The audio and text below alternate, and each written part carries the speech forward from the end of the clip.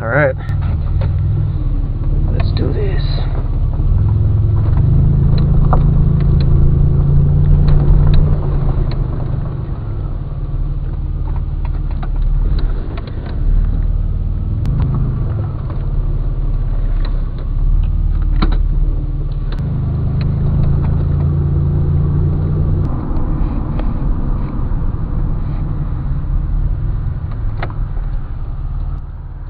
So this is going to be a test. I don't know, this isn't the best camera, but for the price I suppose it's alright. 60 bucks. I don't think the audio is going to be all that great, but I'm going to try anyway. If all else fails, and the footage is still good. Should be.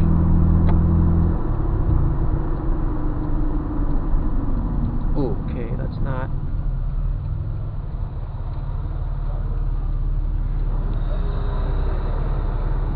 Turn right on a red light.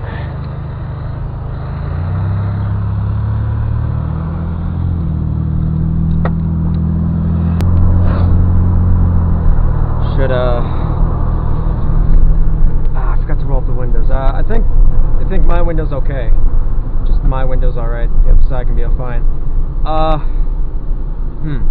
I am going to be taking Snake Pass in this 91 Chrysler Daytona.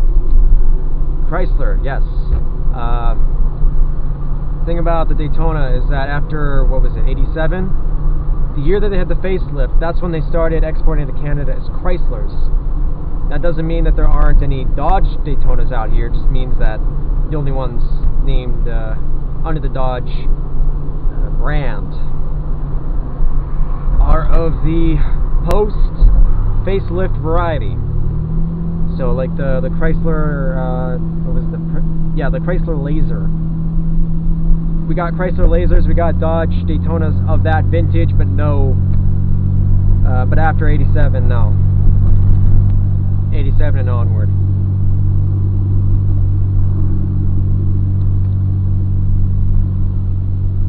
Something's rattling somewhere. I should have rolled that up before I left. I can't exactly. Manual windows. I can't do it. I can't do it. Oh, this thing just loves corners. Or at least it loves corners more than other vehicles I've driven. My first car, my Citation, had a shitty suspension, so it didn't really like corners, but I don't know if that was the nature of the vehicle. My 84 Citation, the coupe, that is, I think it's alright in corners. It's not a big fan, but it also feels a bit like a go-kart, so I don't know. I mean, it might be because the car is so light, it might just flip over. Ooh. First car I learned to drive in, that was a 96 Toyota Paseo. It feels a lot like this car here, except this one has a little bit less. It sucks a little bit more in the fuel economy, just slightly. It's also bigger. It's a bigger vehicle too. Other than that, they're kind of the same thing. Both 90s vehicles. About a 5-year difference. Different countries of origin, but I don't know, the 90s are just, they both feel like the 90s. It's weird. Corners, it wasn't terrible in corners, but it was, like it wasn't made for it. It was sort of sporty and sort of not. Where this was a sports car. Sports muscle car hybrid thing that they had going. Snake Pass is shorter than I remember it being. That was Snake Pass, from that set of lights all the way down to the roundabout. That's Snake Pass. Now I'm already out of there. Shit. I thought it was longer. Ah! Look at me, I'm trying to be Mr. Regular. Brown, brown, brown, brown. Except the interior's not brown, it's gray. The automotive equivalent of your best friend. No shit, I fucked up my own quote. God damn it. This car is the automotive equivalent of getting a stupid idea in the heat of the moment and then telling your friend about it and then you both egg each other on until you do it. For example, flooring it down a straight highway. Woo!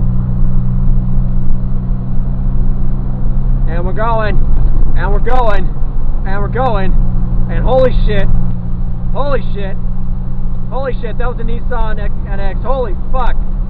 Oh god. I'm not gonna test my luck. Holy shit, this thing is quick. Holy.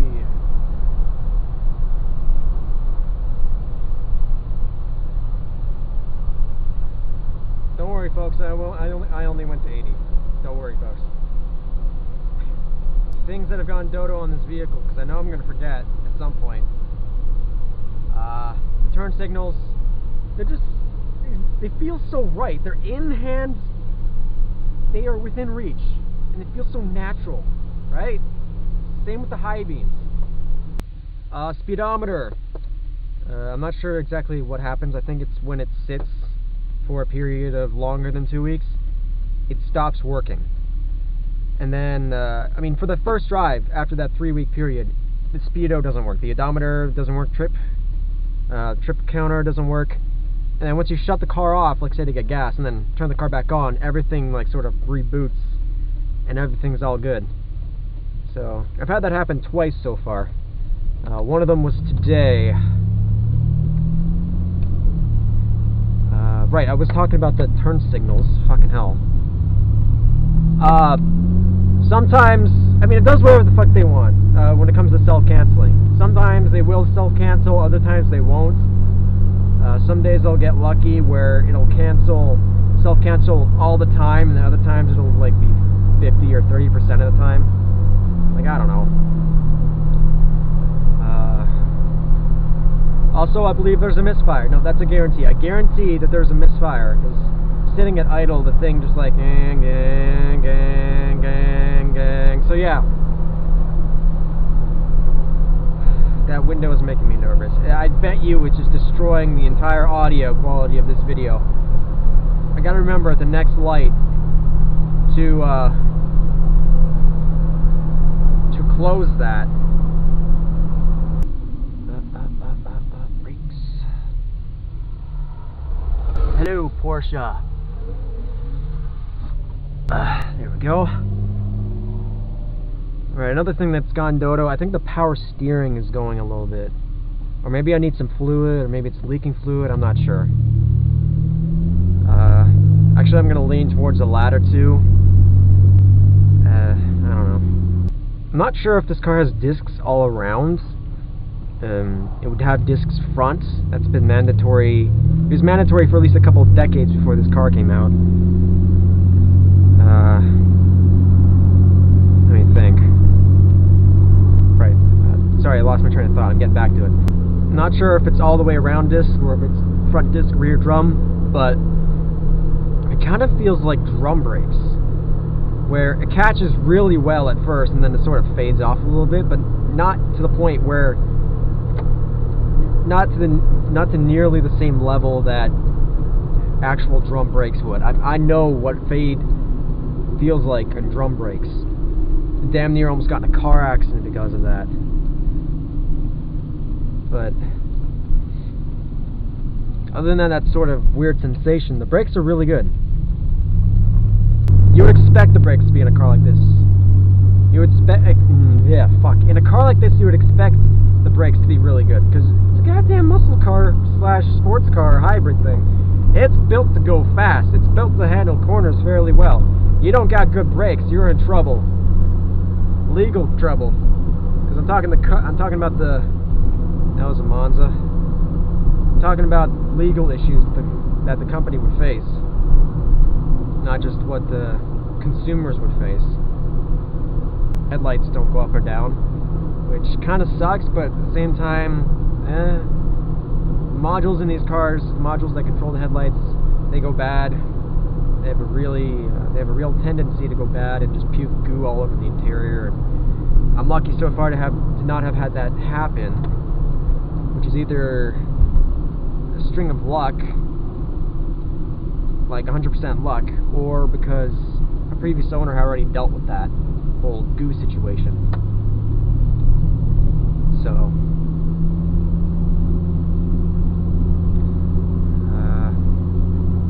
but overall, this was a really good purchase. This isn't the kind of thing I feel 100% confident about talking about. I really gotta work on my improv, like just formulating words. Anyway, back to my train of thought before it derails itself. Not a perfect car, but it is the best purchase I've ever made. I bought numerous cars already, even though I'm only like 21 here. My first one, 80 citation. Second one was 76 Matador that didn't have an engine in it, and had a giant hole in the windshield that I got for $250. That was fuck. I wish I could have kept that car, but I don't know what the hell I would have done with it at like 19 without a proper job.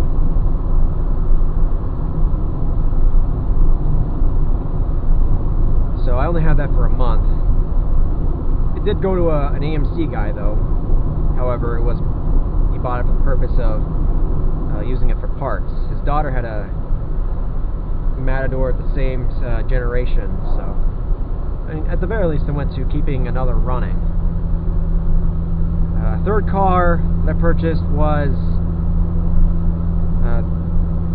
I should probably keep the ones I almost purchased.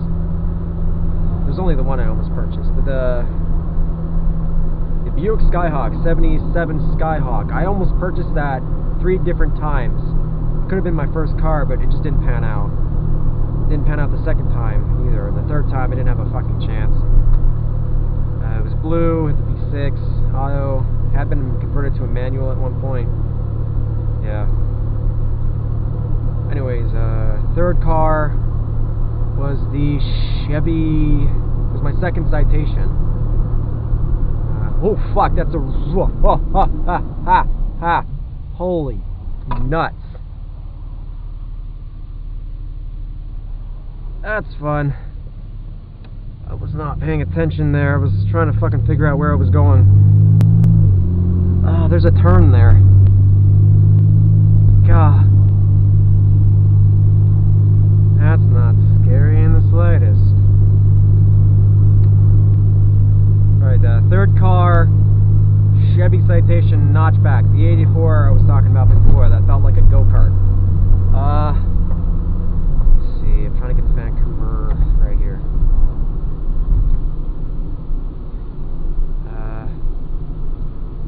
And then, shit, right, my fourth car, a Cutlass. I don't feel like it's closing the year right now, but it's a classic bona fide Cutlass, but it is a 4-door for all those 4-doors aren't sporty people, but I don't care. It's a Cutlass, I like it. 4 doors means I can fit twice as many people comfortably than in a 2-door. I mean, it's got 6 seat belts, so plenty of leg room. I just gotta get the thing up and running. It needs a new distributor and needs to be cleaned out. I'm pretty sure there's a mouse living in there. I mean, there was one at one point. I saw it with my own eyes, but I don't know if he moved on yet. Shit. Merging on the highway. Merging on the highway. Ooh.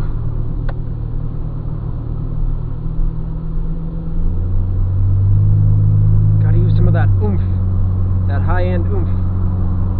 I say high-end, but it's like $2,000 high-end. That was my 4th car, I think. Chevy, Matador, Chevy. Yeah, that was my 4th car. Is my 4th car. I still own it. This is my 5th one. And the Cutlass, I got an incredible deal on it, even though it wasn't running at the time, per se. All my cars I've managed to get really good deals on them.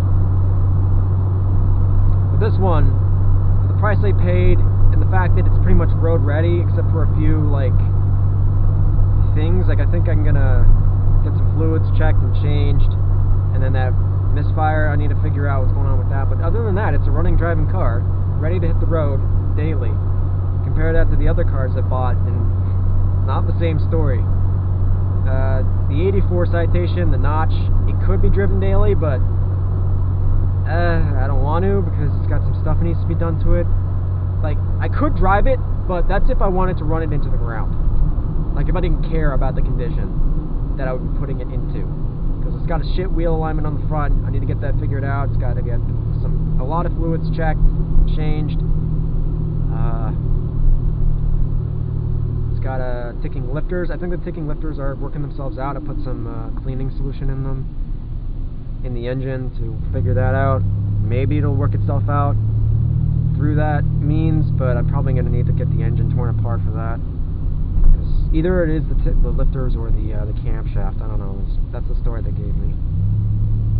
And I've level 1 automotive knowledge on vehicles, so I can at least buy what they're telling me.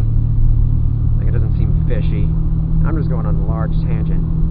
I was expecting to have this done before I got on the highway, but okay, I guess not. Speaking of the highway, this is more traffic than I was expecting. What the hell's going on here? What you talking about, Willis?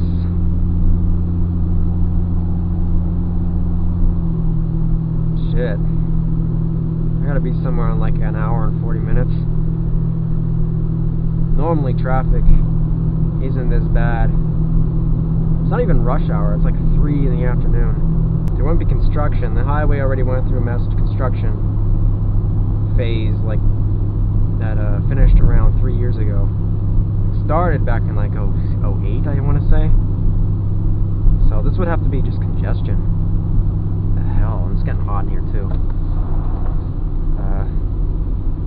Anyways, that's my video. It was just a test video, and I rambled on about the car and my other cars and whatnot. So if you guys stuck out for the video, thanks a lot. I really appreciate it. And I got something cooking up in the future involving this vehicle. Some people watching, possibly watching, will probably be able to figure out what I'm cooking up, you know, put the pieces together, but yeah. Adios, folks.